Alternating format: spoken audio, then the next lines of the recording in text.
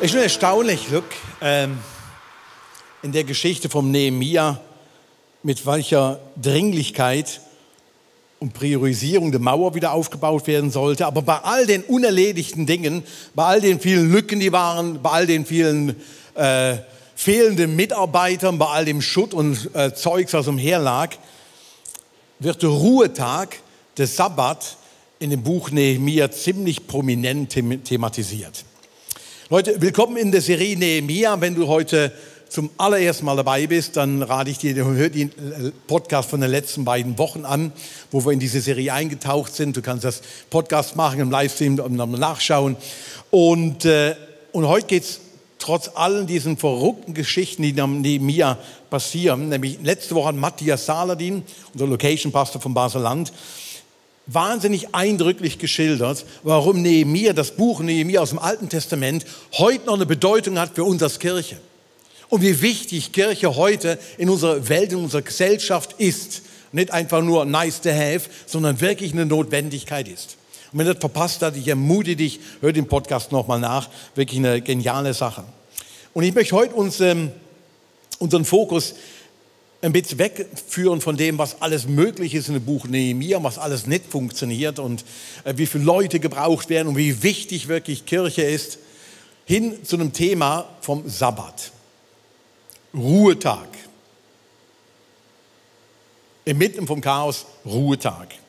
Auf den ersten Blick, wie ich das gelesen habe, erscheint das ziemlich kurios, weil der Nehemia erzählt sehr deutlich, hey Leute, es ist so viel Not, so viel müsste gemacht werden, so viel sollte geschehen und wir brauchen Leute, Mitarbeiter, Mensch, mach endlich mal, komm in die Gänge und so weiter.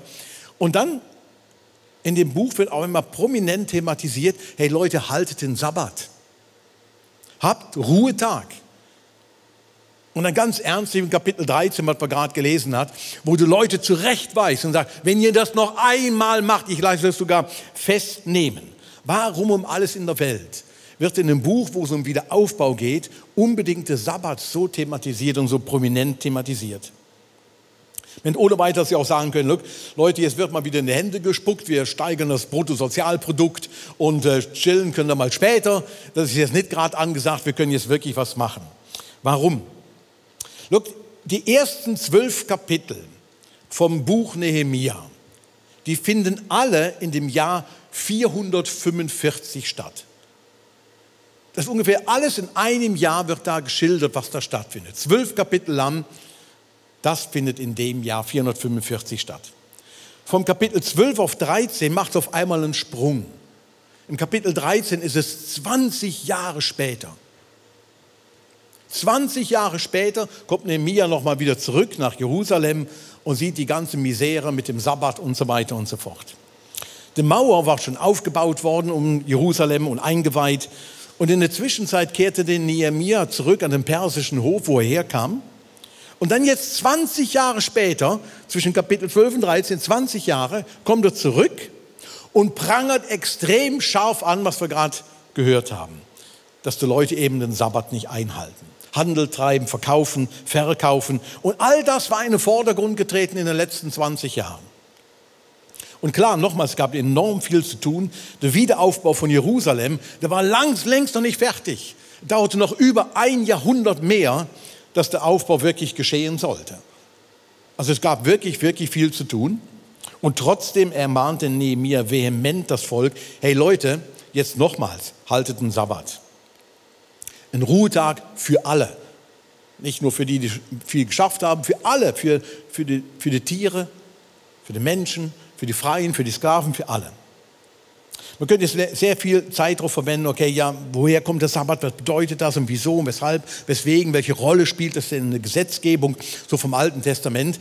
Mir sind zwei Sachen sehr aufgefallen, was ganz anderes, wo ich glaube, Nehemia uns heute sogar noch lehrt und heute wirklich Bedeutung hat. Das erste ist, Gott hat es nicht eilig. Vielleicht ein bisschen erstaunlich, aber ich glaube wirklich, Gott ist nicht in Eile. Er hat keinen Termindruck. Und das fängt in den ersten Büchern, in den ersten Büchern von der Bibel, kann man das schon ein bisschen nachlesen, dass Gott es offenbar nicht eilig hat, sondern sich seine Zeit nimmt. Und wenn dann die Zeit gekommen ist, er dann wirklich eingreift. Zum Beispiel im 2. Mose 31, da steht, zwischen mir und den Israeliten ist er, der Sabbat, ein Zeichen für immer. Denn in 6 Tagen hat der Herr Himmel und Erde gemacht und am 7. Tag aber ruhte er und schöpfte Atem. Und schöpfte Atem. Und ich liebe den Ausdruck, Gott schöpfte Atem. Ich denke nicht, weil er außer Atem war, wie wir das vielleicht so symbolisch sagen, wenn das einer außer Atem kriegt keine Luft mehr, weil er so viel geschafft hat. Gott schöpfte Atem. Schöpfte Atem und ich glaube, der Begriff macht deutlich, um was es beim Sabbat, bei der Ruhe wirklich geht. Um Luft holen, mal durchatmen, sich erfrischen, gestärkt werden, sich sortieren und orientieren, damit man eben nicht außer Atem kommt. Damit man nicht außer Atem kommt. Gott nimmt sich Zeit zu ruhen und sagt, look, diese heilige Ruhe, die soll auch für mein Volk gelten. Die sollen mit in diese Ruhe hineinkommen. Es soll ein Tag sein, wo keiner arbeitet. Kein Vieh, kein Jude, kein Sklave, alles andere. Alle sollen Zeit haben, zur Ruhe zu kommen und Atem zu holen. Leute, der Grundcharakter vom Sabbat war im Alten Testament wirklich ein Freudentag. Ein Tag, wo man sich darauf freute und sagte, das ist wirklich fantastisch, es ist wie ein Fest. In Jesaja wird das beschrieben, der Sabbat soll euch ein Freudentag sein und nicht eine Last, etwas Mühsames. Ein Freudentag, wo man zusammenkam zum Lob Gottes, wo man sich traf in der Gegenwart Gottes, wo Nachfolger von diesem Gott sich vereinten und sagten, hey, das ist ein Ort, wo wir gemeinsam Luft holen.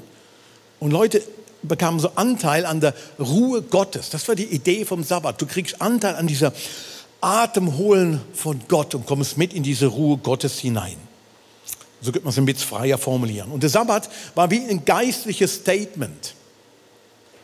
Look, 6 Tage arbeiten und du musst dafür sorgen, dass wirklich die Brötchen verdient werden.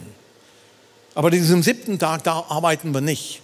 Mit anderen Worten, unser Leben hängt nicht nur von unserer Arbeit ab, sondern auch vom Segen Gottes. Wir vertrauen darauf, dass wenn wir uns Zeit nehmen, auf Gott auszurichten, wenn wir Zeit nehmen, in die Ruhe Gottes hineinzukommen, dann wird uns Gott versorgen, dann reichen 6 Tage, dann müsste der 7. Tag in die Jahr auch noch geschafft werden. Und das war wie so ein geistliches Statement. Look, für uns hört sich das jetzt, oder vielleicht die meisten von euch hört sich dazu an, ja, Sabbat, ja, wir haben ein ganzes Wochenende, wir haben 2 Tage. Wer hat von euch 2 Tage hintereinander frei? So, vom Arbeiten. Die meisten. Ein ganzes Wochenende. Also wir sind doppelt Sabbat gesegnet, könnte man sagen. Aber interessanterweise, obwohl wir 2 Tage haben, erlebe ich viele Leute, die nie in die Ruhe Gottes reinkommen. Obwohl man so viel Zeit hat. Mehr Zeit, als die im Alten Testament jemals hatten. Erlebe ich sehr viele, die sagen, ja, mit der Ruhe Gottes und mit dem Sabbat, das ist irgendwie trotz 2 Tage ist mit schwierig. Und vielleicht sind wir uns den Menschen, sind wir wesentlich ähnlicher den Leuten der damaligen Zeit, wie uns das vielleicht sogar lieb ist. Weil die hatten auch nur eins im Sinn an ihrem Sabbat: kaufen, verkaufen, erreichbar sein, available sein, dealen, Tutti, Ricardo, was weiß ich, was ich am Wochenende alles noch machen muss. Zum Luftholen war dann wirklich wenig Zeit.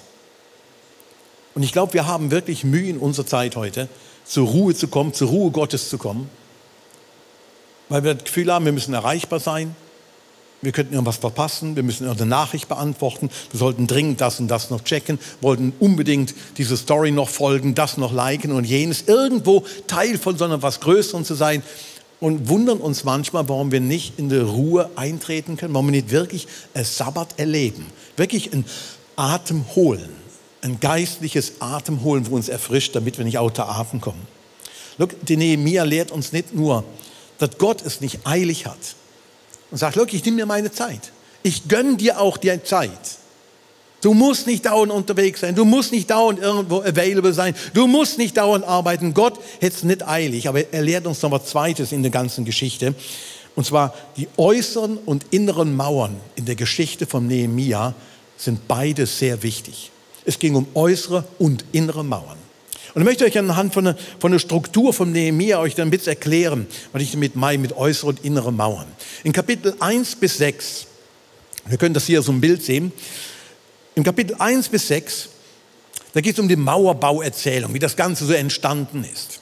Es fängt an damit, dass Nehemia total enttäuscht, also wirklich eine Offenbarung bekommt, so eine Unzufriedenheit. Hey, was ist das für eine Situation? Der Dani Lipp hat darüber gesprochen als Einleitung in diese ganze Serie.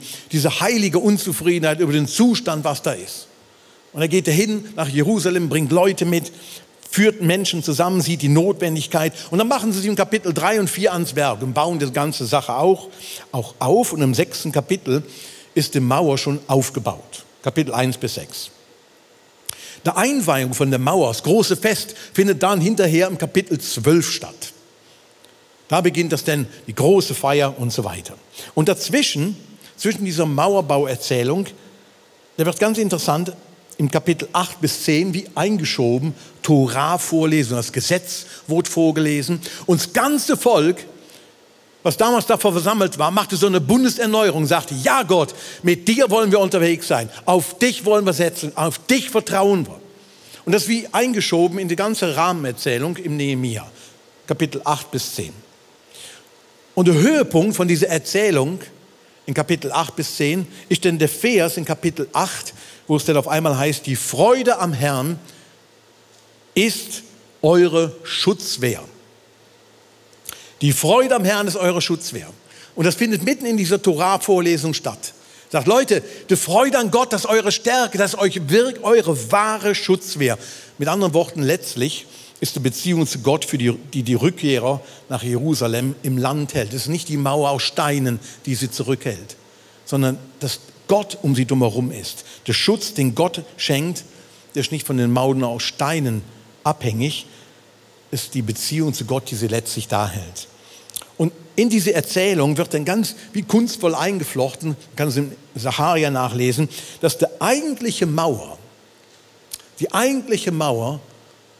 damals wirklich die Gottesbeziehung war. Da heißt es, und ich selbst, Gott, werde eine Mauer aus Feuer um sie sein und ich werde zur Herrlichkeit in ihrer Mitte.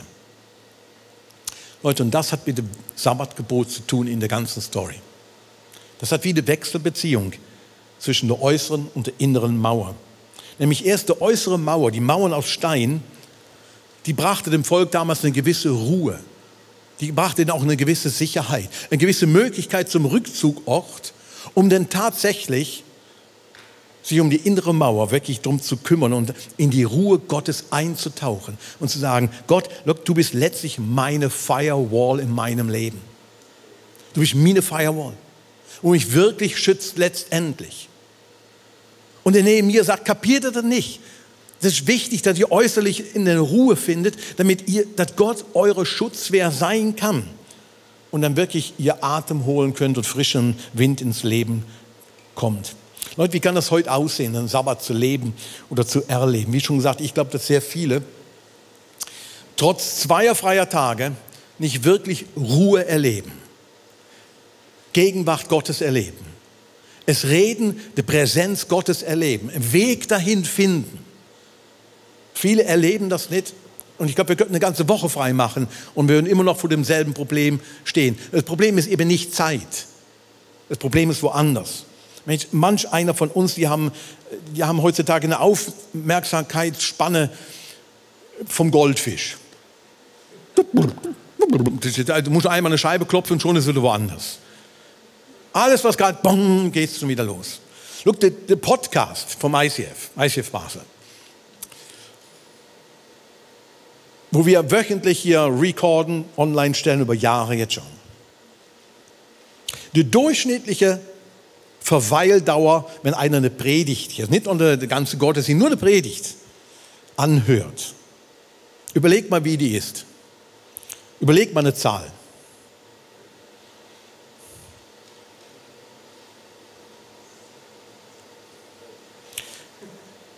Wer hat eine Zahl im Kopf, die in der Region 10 bis 15 ist? Dürft euch mal outen. Man kann nichts falsch machen. 10 bis 15. Wer hat eine Zahl über 15? Wer hat eine Zahl unter 10? Sind genau 6 bis 8 Minuten. Im ICF Zürich knappe 6.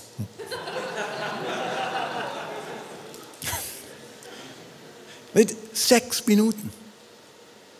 Das ist unsere Aufmerksamkeitsspanne. Und ich merke selbst an mir, wenn ich irgendwo einen anderen Gottesdienst besuche oder eben nachschaue auf YouTube hinterher, wie ich schnell weiterklicke, oh, das Lied gefällt mir nicht, mache ich nächstes und so weiter.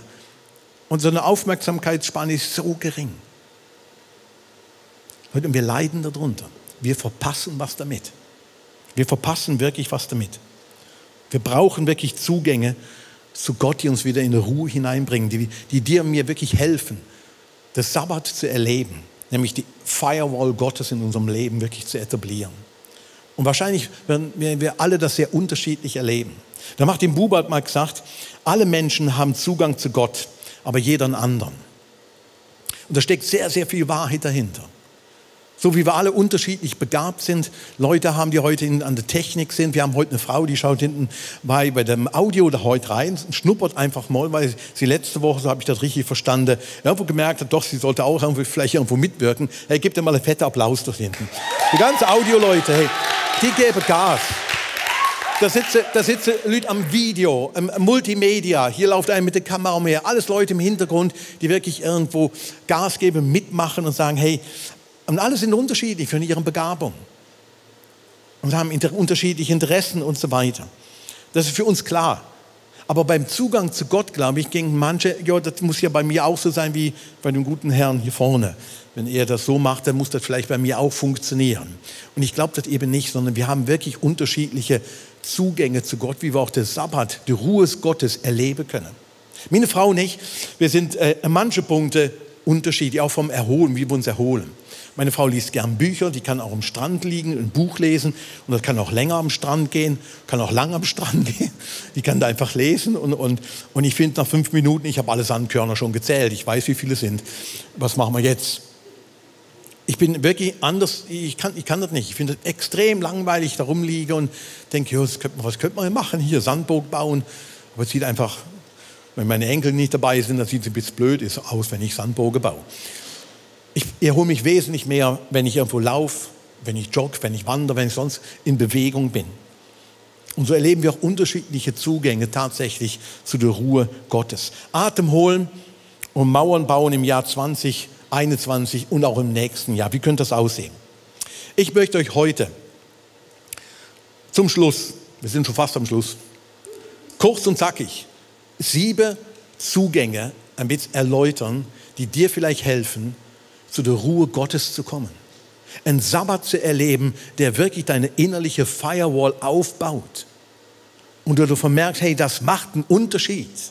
Das macht wirklich einen Unterschied. Warum 7? 7 ist natürlich die perfekte Zahl. Bullshit. Man hätte auch 8 oder 9 oder 10 oder 14 nehmen können. Ich habe einfach 7 genommen und fand einfach, das geht schnell. 7 Zugänge. Ich mache es kurz und knackig.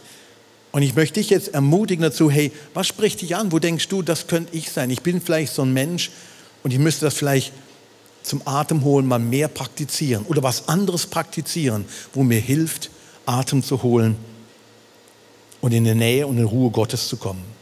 Der intellektuelle Zugang. Menschen, die so ticken, sind Leute, die sehr stark über den Intellekt, über Nachdenken in neue Sphären hineinkommen. Die können sich hinsetzen in so einen Sessel hier und stundenlang so einen Schmöker hier lesen, zum Beispiel vom N.T. Wright. Ein sehr empfehlenswertes Buch übrigens, Leute. Mega dick, hat aber auch Bilder. Für alle diejenigen, die auch Bilder haben, es hat Bilder. Ein Buch, The New Testament in its Word, an Introduction in the History, Literature and Theology of the First Christians. Mega empfehlenswert, sage ich euch. Leute, die intellektuell so gestrickt sind, die vertiefen sich da rein. Für die ist das ein Zugang zu der Nähe Gottes. Die forschen, die lesen nach. Die können stundenlang in der Bibliothek sein und irgendwo Neues entdecken und merken, sie kommen tatsächlich in die Nähe Gottes. Sie machen wirklich neue Erfahrungen. Mein guter Freund Manuel Schmidt ist so einer. Wenn wir Jahre zusammen geschafft haben, der konnte Tage abtauchen und irgendwo mit Büchern zusammen sein und kommt auf einmal aus der Versenkung raus und hat Dinge erlebt, wo ich jetzt nie erlebt habe. Ich bin zu dumm. Nein, aber Leute, wenn du so ein Mensch bist, dann pfleg das, mach das, schau nach guter Literatur, informier dich, fütter deinen Geist und du wirst merken, du kommst in der Nähe Gottes und dann kann wirklich Ruhe Gottes passieren. Beziehungsorientierter Zugang. Was Zweites, andere Menschen sind komplett anders gestrickt und sind mehr so Gruppenjunkies. Kennt ihr die? Kennt ihr einen? Ja, genau. Die blühen auf in der Gemeinschaft.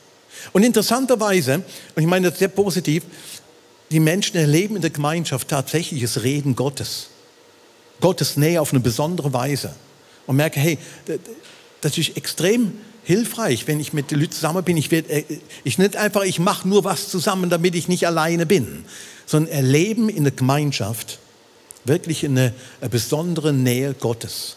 Und wenn du so ein Mensch bist, kann ich dir nur empfehlen, schau, dass du in einer verbindlichen Gemeinschaft bist. Und dich nicht einfach nur ab und zu mal siehst mit denen. Pfleg das, sei wirklich in einer Gruppe dabei, wo das zu ihrer Stärke macht. Und du wirst merken, du wirst Ruhe erleben in deinem Leben. Mach das zu dir im Fokus, als Zugang, um das mehr erleben zu können. Das Dritte, einen dienenden Zugang. Ich kenne einige Leute, zum Beispiel eine Diakonistin, eine Frau, die vor zig Jahren in Basel kennengelernt hat, die Zeit ihres Lebens in der Diakonie war, anderen Menschen gedient hat. Ältere Menschen, die Hintern abputzen, Essen bringen und so weiter. Und sagt, ja, warum ist das dein Weg geworden? Sagt, look, wenn ich anderen Menschen wie Jesus die Füße wasche, wenn ich mich hinsetze mit Menschen, die nicht können, ich erlebe, dass Jesus bei mir ist. Ich erlebe Friede, der weit über alle Vernunft darüber hinausgeht. Und sie hat das zu ihrem Lebensziel gemacht. Wenn du so ein Mensch bist, kann ich dir nur empfehlen, praktiziere das. Mach keinen Vorwurf gegenüber die anderen, die manchmal einen Wald vor lauter Bäumen nicht sehen und nicht dienen. Praktiziere das als Weg, wo wirklich dich in die Nähe Gottes hineinbringt. Was Viertes, komplett anders, vielleicht aktionsorientierte Zugang, habe ich es genannt. Sind so Typen wie Mr. und Mrs. Fix-It. Irgendein Problem gibt es mir, ich mach's. Die sind sehr hilfreich. Scheinbar ist da vorne einer. Das sind sehr hilfreiche Leute, ich liebe das. Ich habe selbst einen Teil in mir, wo ich das jahrelang sehr stark gelebt habe und habe erlebt, dass ich, je größer Probleme wurden, je schwieriger es manchmal wurde oder je anspruchsvoller wurde, je näher ich Gott erlebt habe. Und ich habe bemerkt, ich kann das nicht allein Gott. Ich bin wie in eine Zwiesprache mit Gott hineingekommen und habe darin Frieden erlebt. Und nicht Hektik. Wo andere hier zerbrochen sind, habe ich Ruhe erlebt.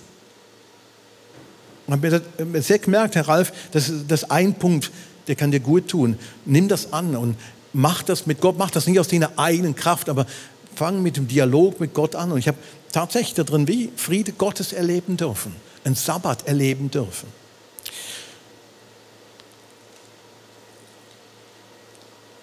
Ein kontemplativer oder künstlerischer Zugang. Es gibt Leute, sie sind künstlerisch sehr begabt. Ich kenne eine Person, die malt, oder mehrere Leute, die malen, die von sich sagen, look, wenn ich mich zurückziehe und dann ein Bild entsteht von meinem inneren Auge und ich Farben mische und Pinselstriche mache, ich merke, wie meine Seele wie Luft holt. Ich neue Atem bekomme. Leute, die sich zurückziehen und sagen, hey, wenn ich so allein bin, dann erlebe ich tatsächlich, wie frischer Wind in mein Leben hineinkommt. Ich nicht einsam werde, nicht vereinsame, sondern wirklich merke, das ist meine Kraftquelle. Da öffnet sich das Tor zu einem Sabbat. Ich kenne eine Person, die hat daheim sich wie so eine Art Hausaltar aufgestellt. Eine bestimmte Ecke im Haus, in ihrer Wohnung, mit der Kerze, mit zurecht gemacht. Und das ist ihr Ort, wo sie hingeht. Und sagt, da komme ich zur Ruhe. Das ist mein heiliger Place. Das ist mein holy place. Wo ich weiß, da finde ich nicht nur zur Ruhe, das ist mein Weg dahin, dass ich Gott neu erlebe. Menschen, die das machen, hey, nimm dir Zeit, lern Neues, fang an zu probieren. Und lebe das, diese künstlerische oder kontemplative Art und Weise. Preisfrage, was ist, wenn Menschen beziehungsorientiert sind und der andere ist so kontemplativ, wenn die miteinander heiraten? Ja, könnt ihr euch selbst ausdenken. Nicht immer einfach. Aber man kann was lernen. Vielleicht noch ein vorletzter, einen schöpfungsorientierten Zugang, nenne ich es mal. Aber auf der Seite hier mein wunderschönes Mountainbike hingestellt. Und ich habe in den letzten, manchmal 6, 7 Jahre in meinem Leben was erlebt, dass ich einen neuen Zugang zu Gott gefunden habe, indem ich raus in die Natur gehe. Wenn ich Mountainbike stundenlang oder wandern gehe. Meine Frau und ich waren gestern gerade auf dem Scheltenpass, hinten bei Passwang und dann auf der Scheltenpass, wunderschönes Gebiet, laufen und irgendwo an einem wunderschönen Ort hinsitze und einfach schweigen, Natur sehen, Größe sehen, Gewalt, Schöpfung Gottes zu sehen oder mit dem Bike irgendwo umherzufahren und einfach zu merken, hey, ich komme wirklich in die Ruhe hinein, ich komme in so einen Trott hinein. Oder wenn ich jogge, ich laufe einfach, mein Gehirn, meine Seele wird nicht nur ruhig, sondern kriegt neue Atem. Nicht, weil der Körper mehr angestrengt ist, sondern wirklich meine Seele kriegt neue Atem. Ein wichtiger Zugang für Leute. Und ich habe es in den letzten 5 bis 6 Jahren mehr und mehr angefangen zu praktizieren, zu leben, in die Natur rauszugehen und sage, hey, ich erlebe da drin Gott.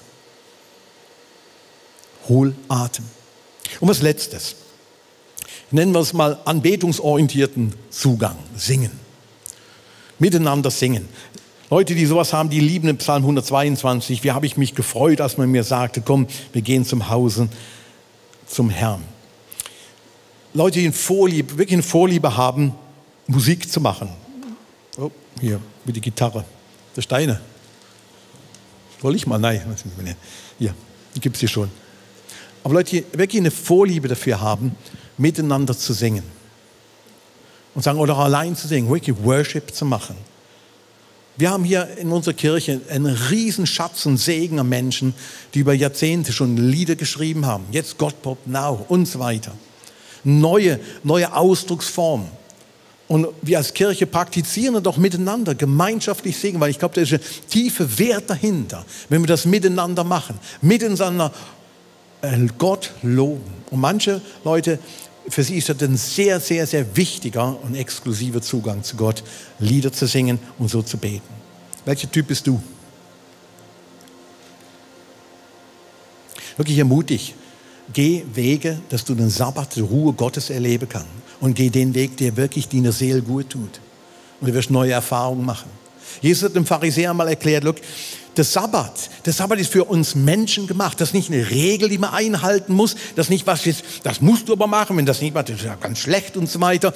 Die Pharisäer der damaligen Zeit und auch davor schon haben wahnsinnig viele Regeln sich ausgedacht, was man alles darf am Sabbat. Nur so und so viele Schritte gehen, dann darf man das nicht und jenes nicht. Das geht bis in die Neuzeit hinein. Manche fromme Juden sind heute noch wirklich so ausgerichtet und sagen, look, am Sabbat darfst du kein elektronisches Gerät bedienen. Nein, das darfst du nicht. Ich habe einen Backofen daheim. Ich habe extra noch ein Bild gemacht heute. Der hat eine Sabbatfunktion. Sabbateinstellung. Wisst ihr, wie die geht? Am Tag vorher programmiere ich das, damit ich am Sabbat das Gerät nicht anfasse und irgendwas bediene, dass das Gerät dann macht, sondern ich kann das alles am Tag vorher programmieren und 25 Stunden später oder 24 Stunden, wenn er immer nicht will, kann ich dann essen. Und danach geht die Sabbatfunktion wieder aus. Und Jesus sagt, look, Leute, der Sabbat ist für uns Menschen gemacht, damit wir Atem holen können. Deine innere und äußere Mauer aufgebaut, dass Gott wirklich deine Firewall wird. Und das wünsche ich dir für dieses und auch nächstes Jahr. Dass das erleben kann, dass Gott in der Firewall ist an den Tagen, wo der nächste Lockdown kommt oder was der Geier noch kommt in dem Jahr. Dass du wirklich erleben kannst, du holst Luft bei Gott. Und ich lade dich jetzt dazu ein, wir machen das gemeinsam als Kirche. Wir werden noch einen Teil vom Worship haben. Und wir werden miteinander in diese Ruhe Gottes hoffentlich eintauchen. Ich lade dich dazu ein. Stehst du bitte mit auf? Ich stehe schon. Und ich möchte noch zu Beginn mit uns beten. Gott, ich bitte dich darum, dass du in jedem von uns irgendwo einen Weg aufzeigst, wirklich diese Ruhe, dieses Angebot, dieses Geschenk von dir zu erleben. Heiliger Geist, erfüll uns jetzt. Wir laden dich bewusst ein. Wir möchten deine Ruhe erleben. Möchten deine Reden hören und deine Gegenwart hier miteinander genießen.